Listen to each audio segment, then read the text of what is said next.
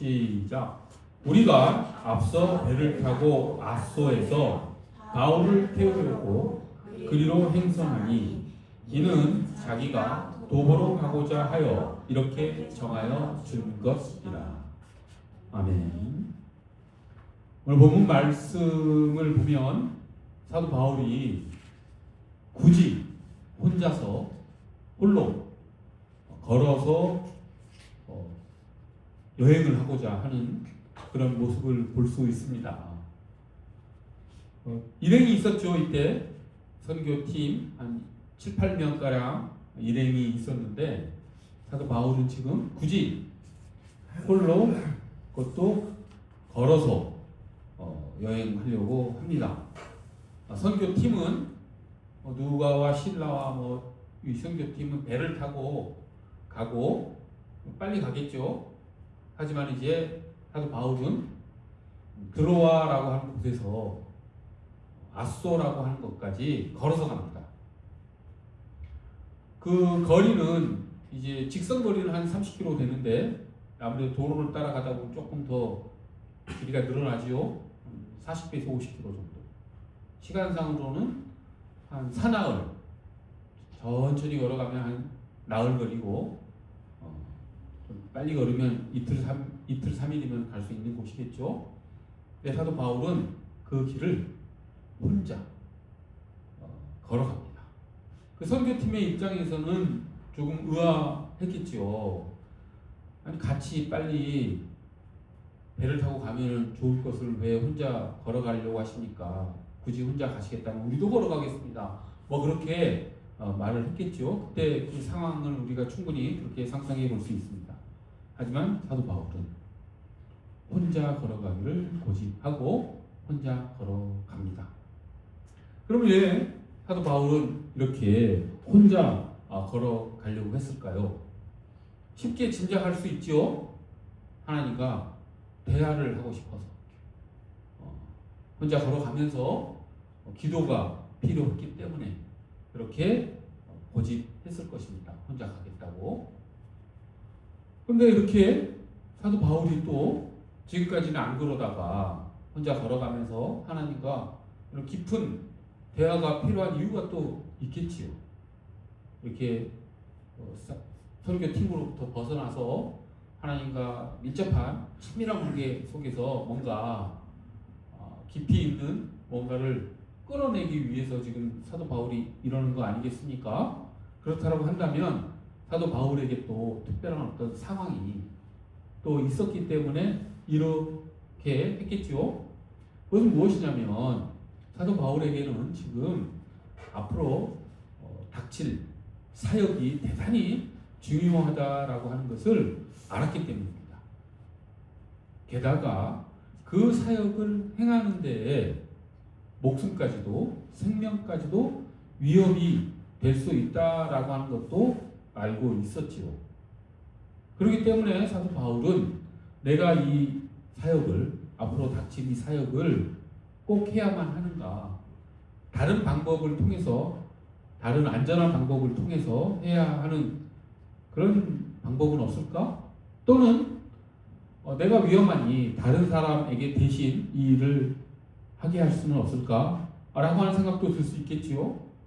그래서 주님과 함께 대화하면서 내가 어떻게 해야 되는지에 대한 결정과 결단이 필요한 시점이었다라고 하는 것을 우리가 본문 이 전후 맥락을 살펴보면 알 수가 있습니다. 지금 사도 바울은 예루살렘으로 가서 유럽 교회에서 이렇게 걷어온 헌금을 전해야 되는 그런 사역을 앞두고 있습니다. 이것은 사도행전 19장 21절에 나와 있습니다. 사도 바울이 이렇게 말합니다. 사도행전 19장 21절에 보면은 그 주보에도 나와 있을 것입니다. 사도행전 19장 21절에 보면 마게도냐와 아가야로 다녀서 예루살렘에 가기를 경영하여 가로되 이렇게 말하죠. 마게도냐는 유럽 오늘날 그 발칸반도 북부 쪽에 있는 빌립보 뭐 이런 도시가 있는 곳이죠. 그리고 아가야는 아덴 그리고 고린도가 있는 오늘날 그리스 지역 이쪽 지역이죠. 거기를 거쳐서 다시 예루살렘으로 갈 것이다. 가서 로마까지도 또 다시 갈 것이다. 이렇게 이야기를 하죠.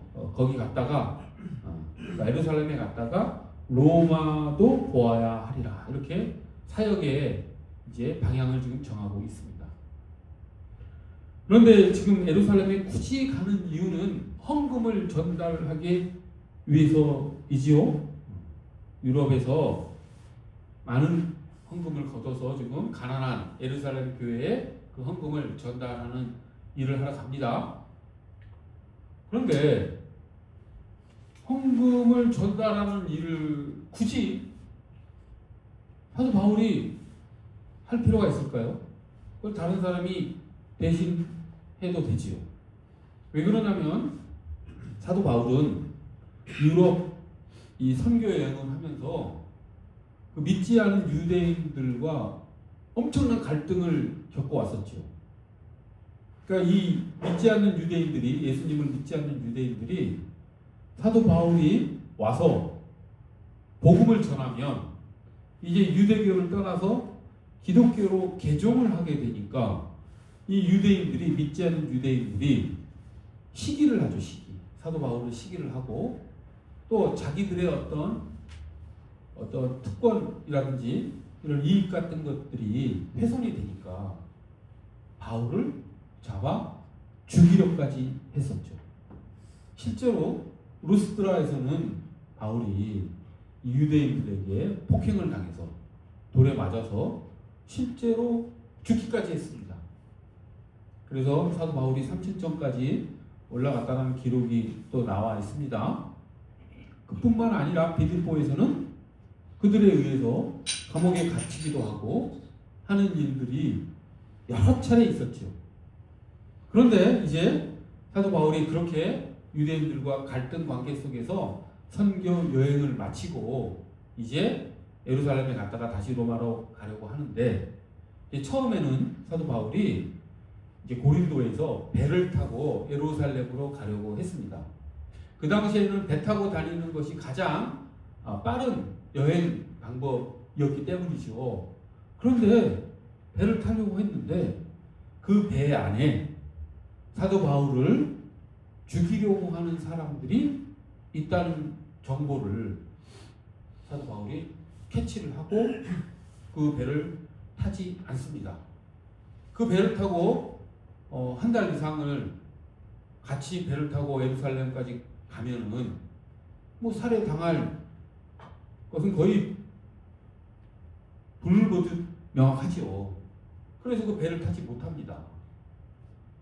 그래서 어떻게 하냐면 사도 바울이 그 팀과 여행 경로를 바꿔버립니다. 고린도에서 동쪽으로 이렇게 배를 타고 예루살렘에 가는 것이 아니라 다시 북쪽으로 올라갔죠. 그래서 고린도 쪽에서 다시 북쪽으로 올라가면은 빌립보가 나오지 않습니까? 그래서 다시 자기가 2차 선교 여행 때 방문했던 그런 교회들을 다시 들러서 빌립보에 갔다가 빌립보에서 이제 아시아 쪽으로 탁 건너가면 드로아라고 하는 도시가 있습니다. 트로이 전쟁으로 유명한 그 트로이라고 하는 곳이죠. 그 트로아에 가서 일주일간 머물면서 유두고 청년이 사도 바울의 강론을 듣다가 죽는 청문에서 떨어져서 죽는 일도 벌어지고 그러지 않습니까? 그래서 사도 바울이 그 유두고 청년을 살려내는 그런 사건도 있고 하고 나서 그 드로아에서 아소라고 하는 그 남쪽으로 이렇게 내려와서 쭉 내려와서 동쪽으로 이렇게 가야지 예루살렘이 나오기 때문에 드로아에서 아소로 쭉쭉쭉 내려옵니다. 그런데 그때 지금 어떻게 합니까? 선교팀은 배를 타고 가고 사도 바울은 걸어서 가고 하는 일이 벌어진 것이죠. 그런데 지금 사도 바울이 그 자기를 죽이려고 하는 사람들을 피해서 배를 타지 못하고 걸어서 이렇게 오지 않았습니까? 그런데 그 사도 바울을 죽이려고 하는 그 사람들이, 그 유대인들이 그렇다고 해서 포기한 것이 아니라, 사도 바울을 죽이는 것을 포기한 것이 아니라 예루살렘에도 기다리고 있다. 예루살렘에도 그런 사람들이 있다. 라고 하는 첩보도 입수를 합니다. 그 얘기가 또 어디에 나와 있냐면 사도행전 20장 22절에 24절에 나와 있죠. 이 사도행전 20장 22절에 24절은 이제 에베소 장로들에게 한 설교 가운데 나오는 설교 내용인데, 이게 또 어떤 상황에서 사도 바울이 행한 설교냐면, 이제 사도 바울은 에베소서에서 3차 선교행 당시에 1년 반 동안 복음을 전합니다. 도란노 서원에서. 그런데 그곳에서 이제 복음을 전하고 에베소 교회를 세우고 그렇게 하고 나서 다시 유럽으로 갔다가 이제 예루살렘으로 다시 이제 가는 길에 에베소서에 들린 것이죠. 그런데 그때쯤 되니까 에베소서는 내륙 안쪽에 있기 때문에 사도 바울이 에베소까지 들어갔다가 다시 나와서 배를 타고 예루살렘으로 가려면 시간이 상당히 지체가 됩니다. 근데 이제 오순절이 얼마 안 남아서 사도 바울은 오순절 절까지는 예루살렘에 도착하고 싶은 마음에 그 에베소 교인들에게 밀레도라고 하는 해안가에 있는 도시로 좀 나와달라. 거기서 우리 만나서 특별의 정을 나누고 내가 긴히 당부할 말도 있고 하나님 말씀을 전할 것도 있다 라고 하면서 밀레도에서 이 에베소 교회의 장로들과 교인들을 불러다가 마지막 설교를 합니다. 그것이 실제로 마지막 설교가 됩니다. 에베소 교인들에게. 그 중에 지금 나오는 설교 내용이 사도행전 20장 22절에 24절 이 내용이죠. 우리 주보를 보면서 함께 그 내용을 한번 살펴보겠습니다. 보라, 이제 나는 심령의 매임을 받아 예루살렘으로 가는데 저기서 무슨 일을 만날는지 알지 못하노라. 오직 성령이 각 성에서 내게 증거하여 결박과 환난이 나를 기다린다 하시니. 그렇죠? 이렇게 성령님께서도 앞으로 사도 바울에게 결박과 환난이 있을 것을 계속 이야기해 주셨습니다. 하지만 이제 사도 바울은 아마 드로아와에서부터 아소까지 그 도보 여행에서 결단한 내용을 여기에서 이야기를 합니다. 밀레도에서 에베소 교인들에게 뭐라고 말을 합니까? 나의 달려갈 길과 주 예수께 받은 사명 곧 하나님의 은혜의 복을 증거하는 일을 마치려 하면은 나의 생명을 조금도 귀한 것으로 여기지 아니하노라 라고 결단을 한 내용을 지금 에베소 교회 장로들에게, 교인들에게 선포하고 있지요. 내 생명보다 중요한 일이 예루살렘에 가서 유럽 교회에서 거둔 헌금을 전하는 일이다 라고 생각을 하고 지금 결단을 한 것이라는 것을 우리가 이 내용을 보고 알 수가 있지요. 자, 지금 사도 바울은 이렇게 비장한 그런 결단을 하고 예루살렘을 향해 가고 있는 것입니다. 근데 우리가 여기서 좀 더 사도 바울의 마음을 깊이 들여다볼 필요가 있습니다. 어떤 것이냐면 헌금을 전달하는 일이 중요하긴 한데 그거 사도 바울이 안 해도 되지 않습니까? 지금 사도 바울은 다른 선교팀들과 뭐 데살로니가 교회, 빌립보 교회, 고린도 교회에서 파견된 그런 사람들이 같이 가고 있습니다. 그런데 유대인들이 지금 누구를? 사도 바울을 죽이려 하니까 사도 바울은 빠지고 다른 선교팀들이 대신 가서 헌금을 전해줘도 되지 않습니까? 그 정도는 생각할 수 있는 것이죠. 근데 사도 바울은 굳이 그 위험을 무릅쓰고 생명이 위협받음에도 불구하고 스스로 그 헌금을 예루살렘 교회에 전해주려고 한다라고 하는 것을 우리가 알 수 있죠. 왜 그러겠습니까? 왜 굳이 자기가 예루살렘 교회에 헌금을 전달해 주려고 했겠냐라고 하는 것이죠. 그 자기 의의를 드러내기 위해서입니까? 생색내기 위해서 그랬을까요? 사도 바울은 그런 사람이 아니죠. 생색내거나 자기 공로를 과시하기 위해서 그런 일을 할 사람이 아닙니다. 그런 일에 또 목숨까지 생명까지 내어놓을 필요도 없지요. 그렇게 어리석은 사람이 아닙니다. 그렇다고 한다면 사도 바울이 왜 예루살렘 교회에 자기가 스스로 헌금을 전달하려고 했겠습니까? 자, 그것을 알기 위해서는 우리가 하나님의 궁극적인 구원 목적을 우리가 알아야 합니다. 지금 사도 바울은 그 하나님의 구원의 궁극적인 목적, 온 인류를 구원하셔서 하나님께서 무엇을 목적으로 하시는가라고 하는 것을 우리가 알아야지만이 사도 바울이 지금 예루살렘 교회에 본인이 직접 가서 헌금을 전달하려고 하는 이유를 알 수 있다라고 하는 것이지요. 그것은 무엇을 보면 알 수가 있냐면 하나님의 구원의 궁극적인 목적은 에베소서와 빌립보서를 보면 알 수가 있습니다. 빌립보서에 보면은 어떤 말이 나오냐면 그 전에 에베소서를 보는 게 더 빠를 것 같습니다. 에베소서 1장을 보면 이런 말이 나옵니다. 하늘에 있는 것이나 땅에 있는 것이 다 그리스도 안에서 통일되게 하려 하신다. 이게 하나님의 목적이다. 하늘에 있는 것이나 땅에 있는 것이나 모든 것들이 다 통일되게 하려 하는 것. 이것이 하나님의 목적이라고 하는 것이죠. 또 빌립보서에서는 어떻게 말씀하고 있냐면 빌립보서 2장에 보면 이렇게 되어 있습니다. 하늘에 있는 자들과 땅에 있는 자들과 땅 아래에 있는 자들이 모두 다 예수의 이름 앞에 무릎을 꿇게 하고 모든 입으로 예수 그리스도를 주라 시인하여 하나님 아버지께 영광을 돌리게 하셨느니라 라고 하는 말이 빌립보서에 나오죠. 이 내용이 무엇입니까? 모든 피조물들이 하나님께 영광을 돌리는데 예수 그리스도 앞에서 다 무릎 꿇고 모든 입술이 주를 예수 그리스도라고 고백하는 그 영광의 순간을 맞이하게 하기 위해서 하나님께서 인류를 구원하셨다라고 하는 것이죠. 그런데 이 모든 피조물들이 통합되고 통일되게 하는 이 일을 이루기 위해서 지금 사도 바울은 예루살렘에 가서 자기가 유럽에서 거둬온 헌금을 전하려고 한다라고 하는 것이죠. 이게 서로 연결이 되어야 됩니다. 이 논리적으로 어떻게 연결이 됩니까?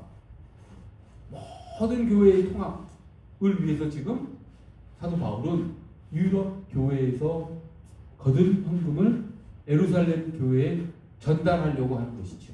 그 일이 만약에 실패를 하면은 예루살렘 교회에서도 헌금을 안 받을 수 있습니다. 남한테 도움받는 것이 자존심 상한다 해서 그것도 이방인들이 주로 유럽에는 있지 않았습니까? 헬라인들이 주로 이방 교회, 유럽 교회에 많이 있었기 때문에 물론 유럽에 사는 유대인들도 기독교인들이 되었지만 헬라인들도 다른 민족들도 기독교인이 되어서 그 헌금을 유대인 교회에 전달해 주는 것이지 않습니까? 그럼 유대인 입장에서는 그 자존심이 상할 수 있죠. 그래서 안 받는다고 할 수도 있습니다. 그것을 지금 사도 바울은 설득을 해서 그 헌금을 받게 하고 하겠다라고 하는 것이죠. 그래서 지금 사도 바울이 목적으로 하는 것은 무엇이냐면 유대인들과 이방인들의 통합을 지금 목표로 해서 헌금을 전달해 준다라고 하는 것이죠. 만약 그 사명이 실패를 하면 어떻게 되겠습니까? 오늘날 기독교가 세워지질 않죠. 오늘날 기독교는 어떻게 역사가 진행되어 왔습니까? 이방인이라 해서 차별하지 않고 유대인이라 해서 특권을 주지 않고 유대인과 이방인이 하나가 되어서 교회를 이루어서 기독교 역사가 쭉 진행되어 왔죠. 근데 사도 바울의 이 사명이 실패를 하면 어떻게 되겠습니까? 이방교회 따로 그리고 유대인들에 의한 기독교 따로 그래서 유대 민족 종교로서 기독교가 축소되거나 아니면 이방인들만을 위한 교회로 분리가 되어서 기독교 역사가 전혀 다른 모습을 띠게 되는 것이죠. 그러면은 우리가 빌립보서와 에베소서에서 살펴봤듯이 모든 사람들의 통합, 땅에 있는 것이나 하늘에 있는 것이나 땅 아래에 있는 것이나 모두 다 주를 예수 그리스도라 고백하는 그 일이 이루어질 수 없다라고 하는 것이죠. 그런 중차대한 일을 사도 바울은 자신이 직접 해야 되겠다라고 하는 사명감을 가지고 지금 예루살렘에 가려고 했다라고 하는 것입니다. 이것은 대단히 중요한 일이죠. 이것이 중요하다라고 하는 것은 또 어디에서 우리가 살펴볼 수 있냐면 인간의 본성을 바라보면 지금 사도 바울이 하는 일이 얼마나 중요한지 또 알 수가 있습니다. 인간의 본성은 어떻습니까? 지금 이 시간 자기 마음을 한번 깊이 한번 들여다보십시오. 타락한 인간의 본성, 얼마나 인간이 자기 중심적인지 우리 마음을 들여다보면 알 수 있죠. 사람이면 누구나 다 인정받고 싶어하고 자기가 높임을 받고 싶어하고 자기 중심적으로 생각하며 살아갑니다. 그렇기 때문에 사람들은 그 타락한 본성에 의해서 다른 사람들과 평화를 이루며 살아가기가 어렵습니다. 인류 역사를 살펴보십시오. 얼마나 많은 갈등과 분쟁, 전쟁이 있었습니까? 그 근본 원인이 이 타락한 본성, 자기 중심성에 있다라고 하는 것이죠. 작게는 친구 무리들에서도 학교 생활에서 직장 생활에서 그런 일이 나타납니다. 지금 우리 사회에서 가장 핫한 뉴스 중에 하나가 MBC 기상캐스터였던 오요한난가 하는 분이 직장 내 괴롭힘에 의해서 자살한 사건이 있지 않았습니까? 그것이 왜 그렇습니까? 기존에 있었던 사원들이 새로 들어온 사원에 대한 어떤 집단 괴롭힘 이런 일 때문이었죠. 그런 일이 왜 벌어집니까? 인간의 깊이 박혀있는 그 악한 본성, 타락한 본성 때문에 그런 일이 벌어진다라고 하는 것이죠. 그것은 그렇게 작은 직장에서도 일어나고 친한 친구들 무리에서도 일어나고 학교 생활에서도 일어나고 그러죠. 근데 그것이 또 어디에서도 일어납니까? 국가에서도 일어나죠. 그 유럽에 가면 그 스킨헤드족들, 나치를 추종하는 그런 극우파 애들이 동양인들을 이유 없이 이렇게 폭행하고 하는 일들이 벌어지기도 하죠. 또 우리나라에서도 그렇죠. 우리나라에 들어온 이민족에 대한 반감이 또 우리 국민들에게도 있지 않습니까? 이유 없이 중국 사람 싫다는 사람도 있고 일본 사람 싫다는 사람도 있고 동남아시아 사람들을 무시하기도 하고 그런 일들이 벌어지죠. 근데 하나님께서는 그런 사람들을 어떻게 하시겠다. 에베소서와 빌립보서에서 지금 말씀하고 있는 것은 무엇이냐면 그런 미움과 갈등, 전쟁, 싸움 가운데 있는 인류를 구원하여 서로 사랑으로 서로 평화롭게 하나님께 영광 돌리는 그런 새로운 존재로 살아가게 하겠다라고 하는 말씀을 지금 에베소서와 빌립보서에서 말씀하고 있는 것입니다. 하늘에 있는 것이나 땅에 있는 것이 다 그리스도 안에서 통합된다는 말이 그런 의미를 가지고 있는 것이죠. 그렇게 되기 위해서는 우리가 구원받아 새로운 존재로 다시 거듭나야 되는 것이죠. 우리 마음속에 있는 자기 중심성을 죽이고 그걸 자기 부인이라고 하죠. 타인과 사랑으로 어울릴 수 있는 존재로서 우리가 다시 태어나야 한다는 것. 그것이 구원입니다. 그것이 하나님의 자녀가 되는 것이고 그것이 의롭게 되는 것이라고 하는 것입니다. 지금 사도 바울은 그것을 위해서 유럽 교회와 예루살렘 교회가 통합되기를 원한 것이죠. 그것조차 통합이 안 된다면 어떻게 온 인류의 통합이 일어나겠습니까?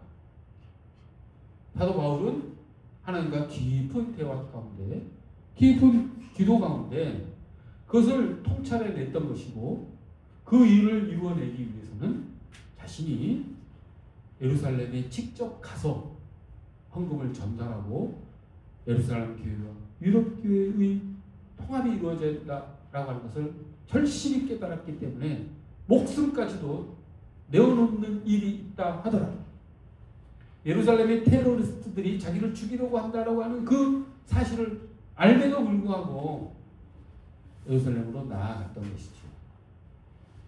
우리가 이제 말씀을 정리합니다.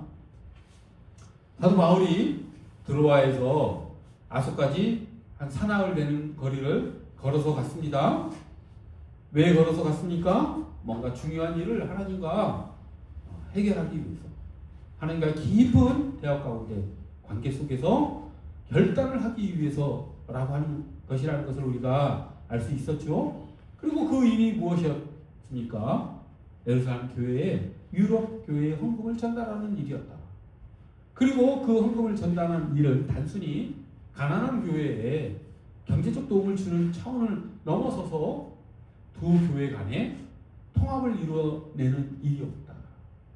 근데 그것은 단순히 그 2000년 전에 있었던 두 교회 간의 통합만이 아니라 새하늘과 새 땅이 다시 나타나게 되는, 주님이 다시 오는 날 이루어지게 되는, 땅에 있는 것이나 하늘에 있는 것이나 땅 아래에 있는 것이나 모든 피조민들이 함께 통합되어 하나님께 영광 돌리는 그 일을 위해서 필요한 너무도 중요한 일이었다. 그렇기 때문에 사도 바울이 예루살렘에 목숨을 바쳐서라도 가려고 했다라고 하는 것. 이것이 오늘 설교의 주제입니다. 그러니 우리는 어떻게 살아야 되겠습니까? 통합을 위해서. 통합을 위해서는 우리가 어떻게 해야 되겠습니까? 자기 중심성을 버리고 자기를 부인하고 하나님의 자녀로서의 정체성을 가지고 하나님의 은혜에 순종하며 그 은혜 가운데, 말씀에 순종하며 은혜 가운데 살아가는 것. 그럼으로써 타인과의 관계가 시기와 질투와 갈등과 미움 간의 관계가 아니라 내가 우월하다라고 하는 그런 마음가짐이 아니라 서로를 배려하고 서로 사랑하고 하는 그런 관계를 맺어가며 살아가는 것, 그것이 우리가 가야 될 길이라고 하는 것입니다. 그 일을 우리가 함께 가기로 합니다.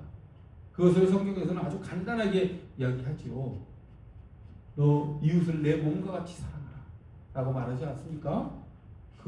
그렇게 우리가 서로를 사랑하며 살아가야지만이 하나님과 새 땅은 우리에게 임하는 것이고 하나님의 구원의 목적도 성취되는 것이라고 하는 것. 우리의 삶이 그렇게 살아가는 것이 그렇게 중요하다는 것을 우리가 꼭 마음에 새기고 그렇게 살아갔으면 좋겠습니다. 서로 사랑하며 자기 중심성에서 벗어나 진정한 자유로운 삶을 살아가는 우리 모두가 되기를 간절히 소원합니다. 기도하겠습니다. 거룩하고 자비로우신 하나님 아버지, 우리도 사도 바울과 같이 드로아에서 아소까지 홀로 걸으며 하나님과 깊은 만남을 갖게 하시기를 저희가 소원합니다. 하나님 그 관계 속에서, 하나님과 대화 속에서 우리도 결단하게 하시고 우리도 사랑으로 이웃과 함께하는 삶을 살게 하소서. 하나님께서 우리 모두를 하나님 앞에서 그리스도를 예수라 고백하는 그런 영광의 날들을 있게 하시기를 하나님 간절히 바라보며 그날에 하나님 앞에 영광을 돌리는 우리 모두가 될 수 있도록 주님 저희를 이끌어 주시옵소서. 감사드리며 예수 그리스도 이름 받들어 기도드립니다.